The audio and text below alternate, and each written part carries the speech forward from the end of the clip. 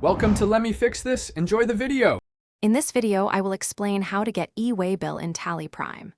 Open Tally Prime, go to F11 Features, and enable GST and eWaybill options, then save settings. Next, confirm your company GSTIN, ledger details, and transport information are complete.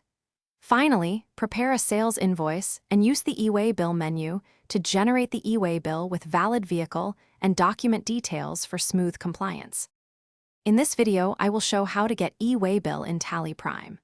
After creating the invoice, double-check consignee and transporter details, then enter vehicle number and approximate distance.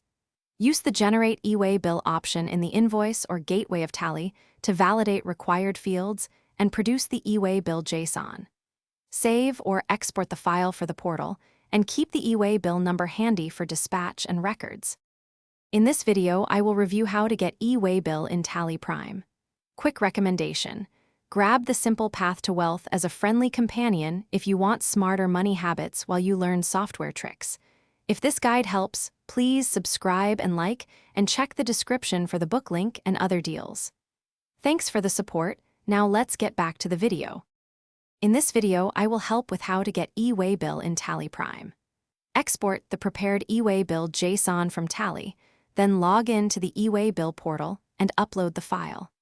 Confirm validation and capture the generated eWaybill number, then record it back in Tally or on the invoice document. Keep a copy of the acknowledgement and ensure the transporter carries the eWaybill reference during movement. Thanks for watching. If you found this helpful, don't forget to like and subscribe.